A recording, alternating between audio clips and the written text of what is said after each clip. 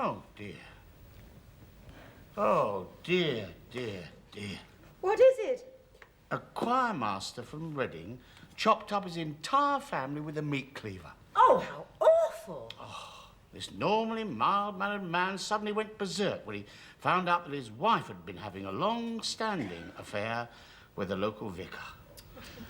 Oh, shameful. I mean, that's the sort of thing that puts you off Sunday breakfast. Well, if you will insist on reading these lurid rags. Lurid rags? This is the Church Times.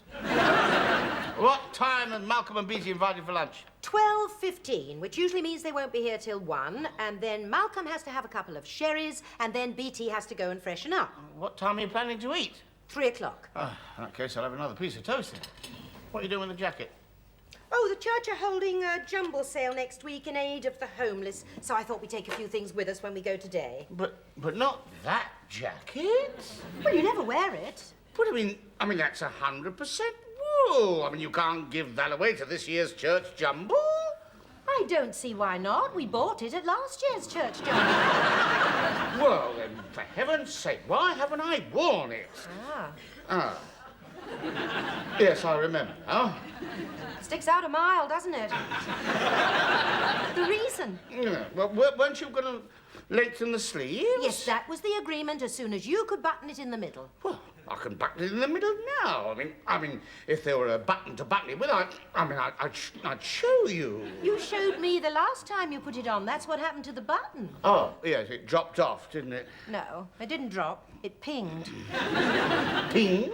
Yes, you know, it went ping. Oh. Do you think it's time I took the problem in hand? There's enough there for several handfuls. Oh, well, I'll go. Obviously, I need the exercise, don't I? Hop, 2, 3, 4. Hop, 2, 3, 4. Hop, 2, hop, 2, hop, 2. Hello, Medford's Gymnasium here. Must you be so disgustingly perky this hour in the morning? Beatty! Yes. Shut up! Actually, I called to see if you had a movie projector. If not, I'll bring mine over this afternoon. Yeah, we got another one up in the attic. What do you want it for? I want to show you our holiday films after lunch. Oh, super. Being so wildly enthusiastic, I thought you'd be interested. I took a lot of film of our holiday beach villa in Spain. Did you manage to film any, What? topless bathers? Yes. Really? Me. If you think you're in for a smutty home movie, forget it. I wouldn't even let Beatty go topless. Why not? Relations with Spain are bad enough without inflicting that on them. See you this afternoon. There's another box of jumble in the shed. Could you put it in the car for me? All right, but I still think it's worth keeping that jacket. After all, it's good to have a long-term goal. Yes, but some people's goal areas are wider than others. Have you seen your Aston Villa lately? What? Oh,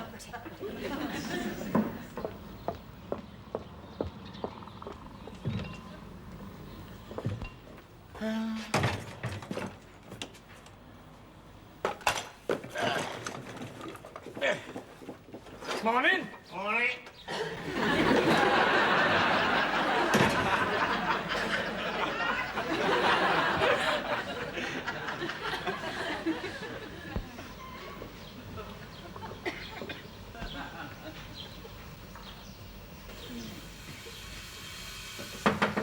Come in.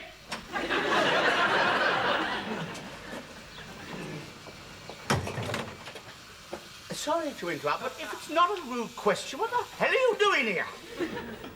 Shaving. What, in our shed? Ah.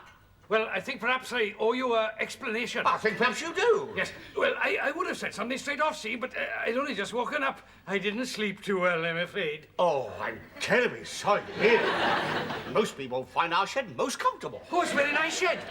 Our sheds go, but the mice kept me awake. Mice? Yes. Oh, well, if you told me you were coming, I'd have bothered the neighbour's cat. Well, didn't you know you had mice then? I didn't even know we got you. Church? Yes. Ah, well, don't let me keep you then. Oh, thank you for that. Just a minute. who are you talking to? We've got mice. Mice? Who's that? King Rat. Good morning, madam. Forgive me for not standing, but I've mislaid my trousers. Terry? Well, don't look at me. I haven't got them. Here we are. them under my sleeping bag to keep the creases sharp. Who is he? I don't know, but he's a snappy dresser. My name is Owen Midgley, and I'm down looking for work. Well, you won't find it here. This is a shed, not the job centre. I was too late to get a bed at the local hostel, and yours was the only shed that wasn't padlocked. Oh, I think that says a lot about you. Yes, it says we'll be round to the locksmith's first thing in the morning. Terry, shall we take the other box of jumble? Oi, just a minute. You're not taking that clock to a jumble, are you? What, that old thing? Ah, well, I used to be a clockmaker back home before I was forced to give it up. Oh, why was that? The digitals. Oh, I hear they can be very painful. No, digital watches. Oh, sorry. Yes, when they came in, I closed down. But I still know a valuable timepiece when I see it. Ah, I shouldn't think that's worth much. It's like the army, never strikes. A bit of work that could be worth a few bob. Huh? Thank you very much for your advice. And thank you for letting me spend the night in your lovely shed. Oh, anytime. What are you saying? Goodbye, Mr. Midgley, and good luck. You and your wife are good Christian souls. God bless you both. Thank you.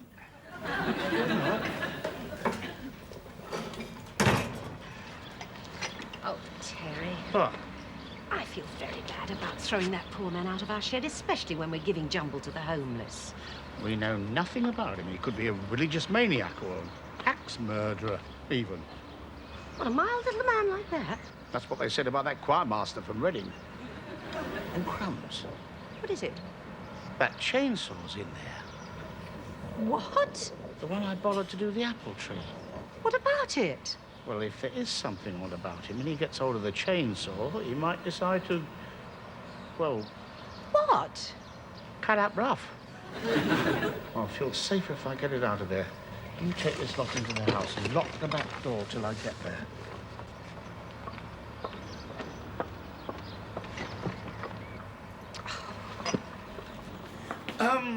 Sorry to interrupt you again, but I nearly went without this. The chainsaw? Yes. You're taking that to church? That's right. What for? Well, I'm having it blessed.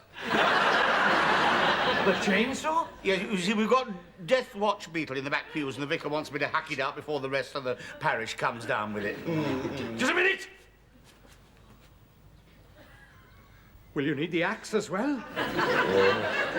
Oh no. Yes, it might be safer. Safer? Well, so that we can do more than one pew at a time. Cleaning! Get in the door for you. Oh, thank you. May as well take these shears and this spare saw might come in handy for the other parishioners. Hack up a few for me, will you? Parishioners? Pews. Of course. Excuse me. Thank you. Doors open. I thought I told you to lock it. And I thought you might be overreacting. No, I know you were. You must have emptied the shed. Ah, better safe than sorry. What are you doing? I thought we'd leave him some tea. You'll do nothing of the kind. Terry, this is Sunday morning and we're about to leave for church. Now, how can we pretend to be Christians if we can't even offer a man a cup of tea? You're absolutely right, of course. I should be ashamed of myself. We should always think the best in people and not the worst. You give him that tea like you wanted to. Thank you, Terry. And if he tries anything, I'll clobber him with this.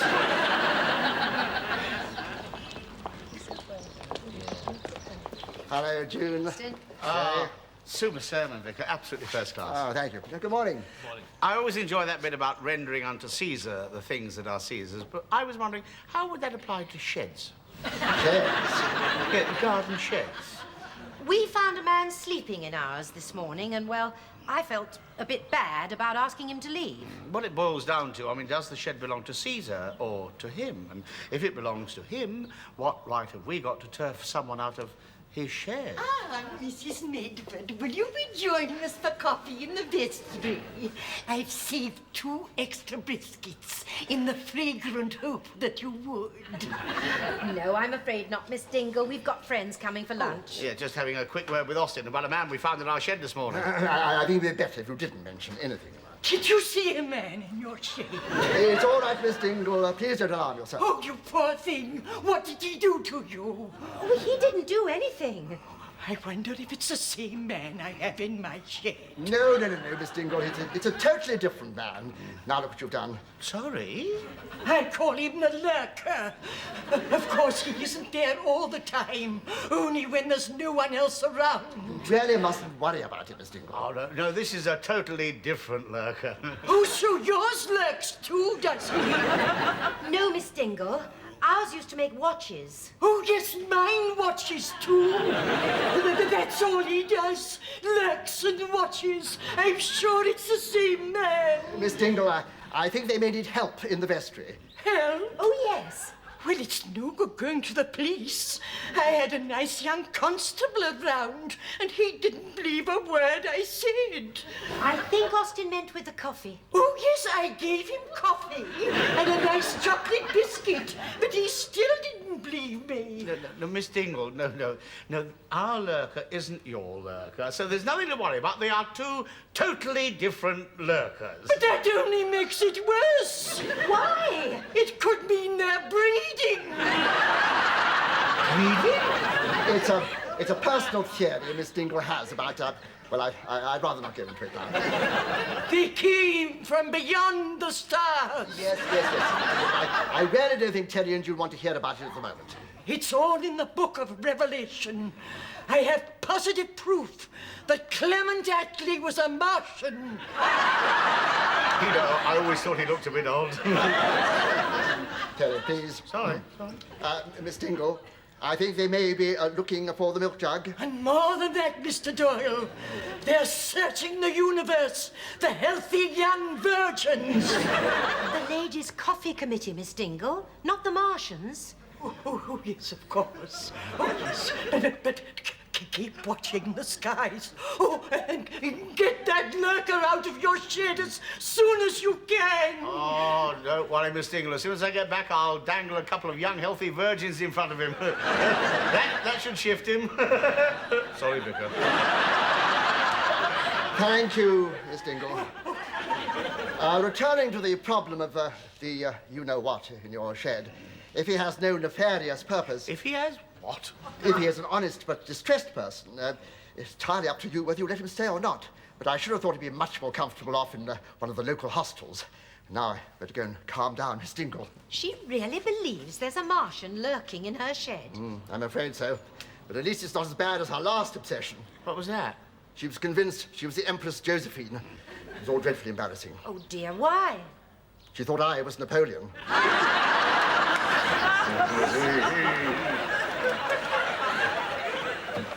Now, if he's still here, there is no problem. The vicar's said he'll be much more comfortable in a hostel.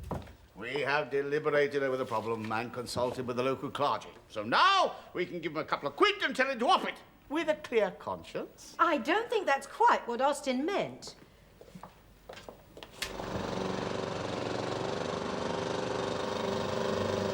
Excuse me! Hey! Hey, excuse me! What are you doing? Mowing the lawn. I know that. Here, how's your pews? Pews? Pews at the church. How many did you chop up? Chop up? What's he talking about? It's not important. Your hubby was planning to carve them all up with his chainsaw. Terry. Never mind the chainsaw. Concentrate on the lawnmower. Well, that's what I'm intending to do, isn't it? Then once I've finished your lawn, as a sort of thank you, like, I'll be on my way. It's very kind of you, Mr. Midgley. Oh, no, the kindness is all yours. God bless you. Thank you very much. Oi! God bless you both. God bless you too, Mr. Midgley.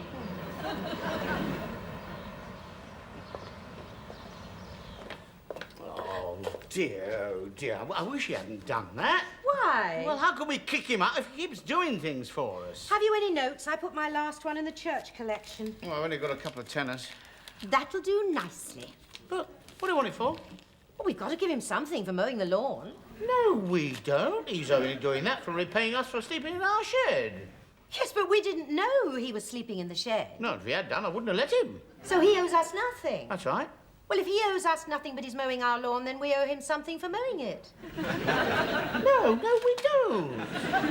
No, the reason we don't owe him anything is that we didn't ask him to mow the lawn. Well, we didn't ask him to sleep in our shed. Well, what difference does that make? Precisely. No. We didn't say he could sleep in our shed, and we didn't ask him to mow the lawn, so we don't owe him anything. But he did sleep in our shed, and he is mowing a lawn, so we do. Do you think £13 is enough? 13? Yes, I found another 3 coins. You're giving him 13 quid for cutting our grass? Yes. In that take, I'll take the shears. He can cut the hedges as well. Terry, it's nearly 1. Malcolm and Beatty will be here in a minute. Terry? I'm in the loft. What are you doing up there? I'm having trouble getting the old projector down.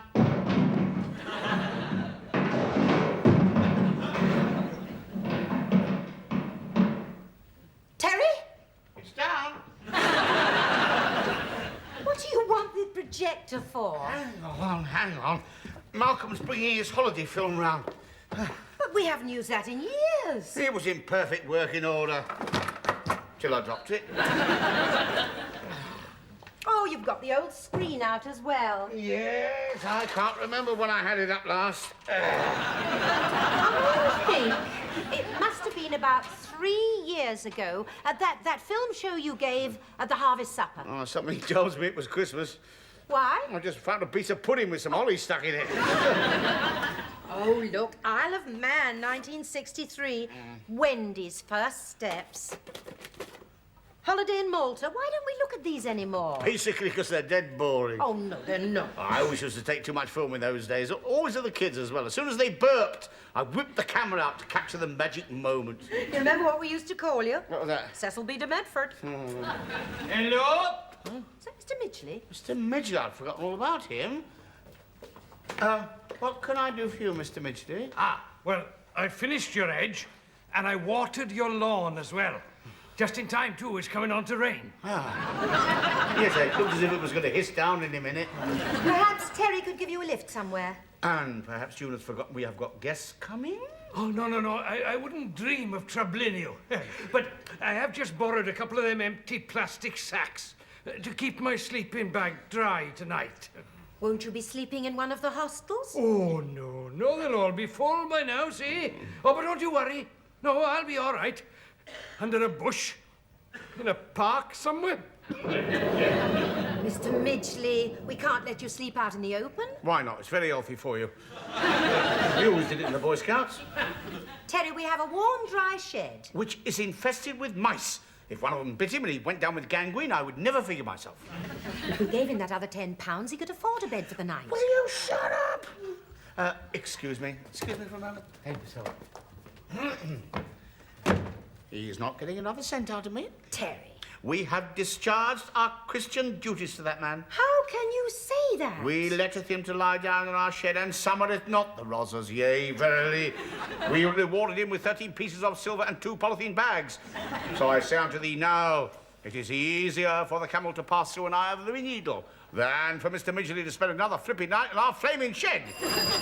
That'll be Malcolm and Beatty. Well, I still say we June! can do any... The bell tolls for thee.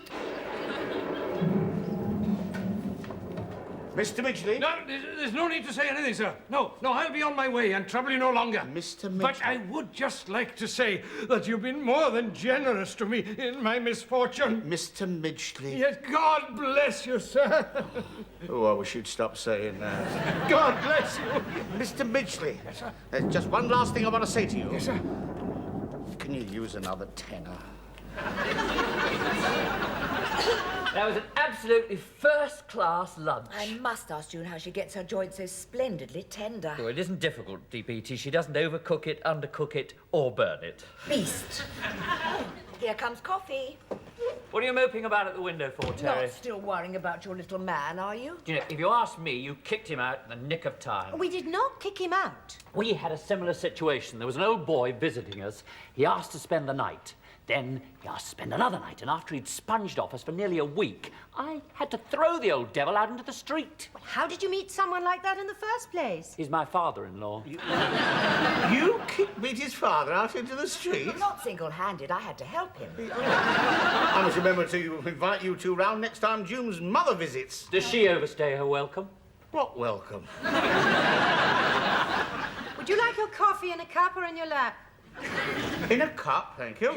Now, shall I load up the projector? Good grief. What's that? Oh, what does it look like? It looks like a wall-mounted can opener.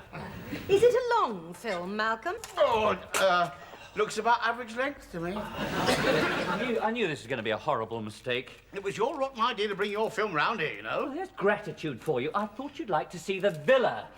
I thought you'd be interested in holiday home shares. Holiday home shares? The villa we rented is part of a marvellous new investment scheme run by an old school chum of Malcolm's. Yes, you spend £3,000 on a unit, which entitles you to a week's holiday every week of the year for the next 30 years. We've just bought 2 units for £6,000. And the way prices are going up abroad, it means our investment is almost bound to double. Well, it sounds terrific. I've got a couple of £1,000 in our deposit account. Yes, I think it should stay there. But, June, this is a going concern. Yes, but which way is it going?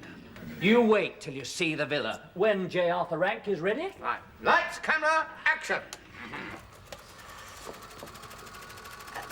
Has it started yet? I can't see a thing. I think your projector needs a new candle. Now, I'll move the screen nearer. That'll make it brighter for you. There we are. Got it. Good. Right. I think you'll have to move it a bit nearer than that. All right. Okay. There we are. Still a bit nearer. I thought you'd say that. Right. Perhaps you're meant to hold it up to your eye and turn the handle.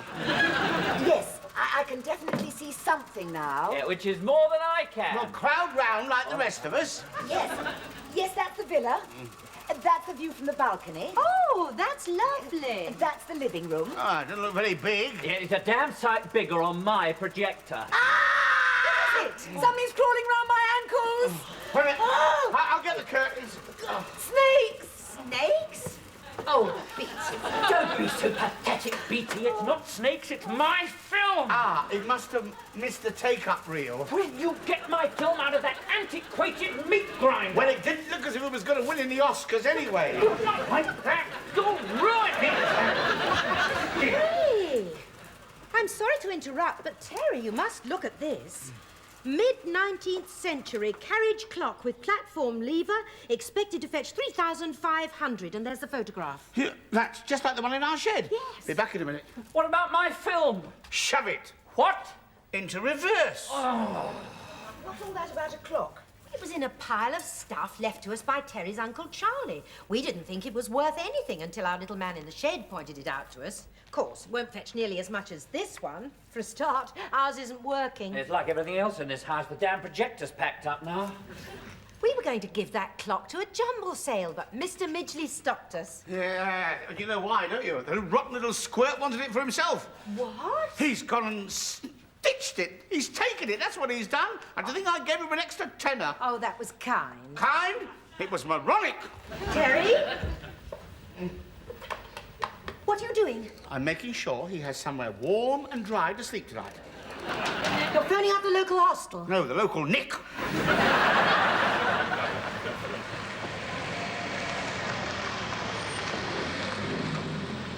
You know, I almost wish you hadn't persuaded me to join timesharers now. I mean, I sent off the cheque for 3,000 a couple of weeks ago. Not a peep out of them. Look, your money's safe enough. Just don't mention the delay to June yet. I haven't mentioned any of it to her. She thinks the money's still in our deposit account.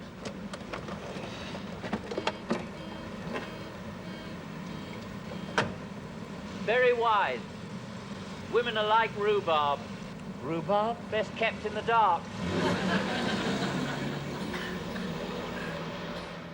Terry! Oh, Austin, come on in. No, I won't stop if you don't mind. I just wanted to warn you about Miss Dingle. Oh, alias the Empress Josephine. I tried to dissuade her on the phone, but she may visit you this evening. What about? Well, to reassure her, I foolishly told her that the man in your shed had gone for good. Now, She wants you to go round and get rid of hers. No wonder you're upset, Beatty. Yes, it's in the evening paper. Holiday home share company collapses. In here. And there's no chance of getting your money back. I just made the tea. Well, how much have you lost? Oh, dear. Who is it? It's Beatty. Does Malcolm know about it yet? Know what? Yes, Terry's just arrived too. Well, I'll let you break the news to him then. Thank heavens we didn't put any money in it. Bye. Terry, you all right? You sound as if you're in pain. Is it your head? Your stomach? Well, where does it hurt then? My bank balance. What? You know that money we had in the bank for a rainy day? Yes. Get your brolly out. It's a cloudburst. Oh, Terry, you couldn't. I could. But you said you wouldn't. I would. Oh, you didn't? I did. You mean? I could and I would and I did. How much? Oh, not as much as Malcolm. He's lost 6,000. But we only lost a fraction of that.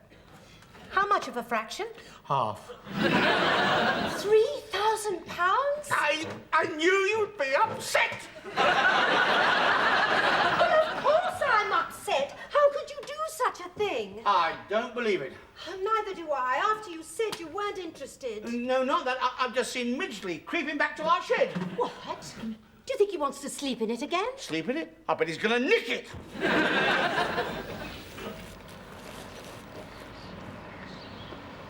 Mr. Medford? Gotcha!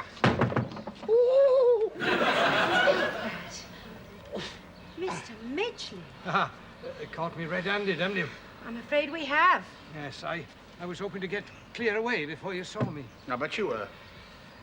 It's all a bit awkward, really, now, but, well, here you are. Uncle Charlie's clock. He's going. Yes, I got this grand new job down at the posh clock clinic in Chelsea. That's where I mended it for you. Oh, it's beautiful. It's worth a pretty penny now. At least 3,000. £3,000? Oh, Mr. Midgley, you are kind. Come and have a cup of tea. Oh. I'll bring you back. Oh. Have you told me all your life? Yes, well, I thought it was... £3,000. Exactly what we lost. You do work in mysterious ways, don't you?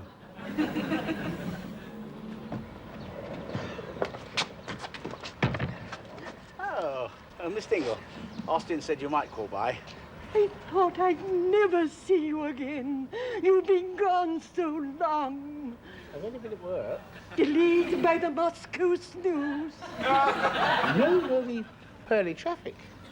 Come to my arms, my little emperor.